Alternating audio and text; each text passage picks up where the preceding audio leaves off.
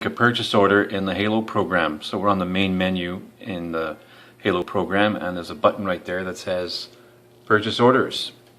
So I'm going to click on that button, and this is how you go and look at past purchase orders.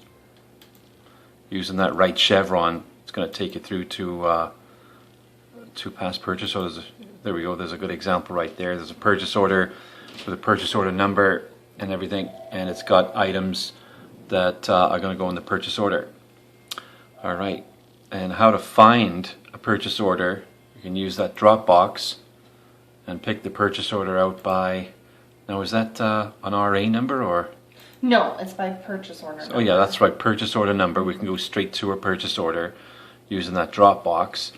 And then the box over to the right there is the return authorization number, RA number. So we can find the purchase order by the RA number. Alright, great. So a brand new purchase order can be created by clicking on New.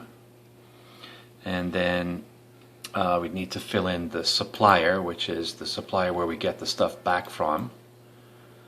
And what's date 1? What's that usually used for? Is that just today's date? Date 1 is today's date. Date 2 will be the date of the return back. Oh, when the stuff comes back, we put in date 2. Mm-hmm. Okay. And then ship to could be each branch, but what's drop ship mean? That's when it gets shipped to like the client maybe, or? It'd be if it was shipped to the client directly, or if it's a drop ship order for the States, for instance, then we use drop ship. Oh, okay. Alrighty. And what about internal PO? What's internal PO? So the PO number is the number that Bob provides to us, and it is a purchase order for our goods to go back. Okay, so that's generated internally at Angel then, the internal PO number. Okay, great. And then the RA number, I guess that's the authorization number issued by the supplier? Yes. Alright, okay, great. And what would we put in notes? What's an example of what would go in notes? An example of what would go in notes, let's just see if I can find one. There we go. So if we're doing a sling repair or a return on a specific lift, we would write the notes in the note section just so you know what's going on with the lift. Oh, okay, alright. Okay, and then what about, what's this box for?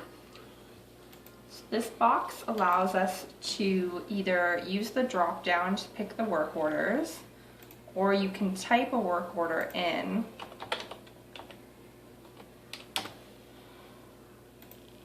And it will bring up any work order parts that are listed as warranty on the work order. Okay.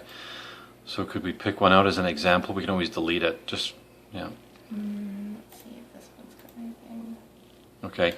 So that's the work order there, the 12529, and then when you click on the hand, it picks from that work order these two items that are warranty items. Alright.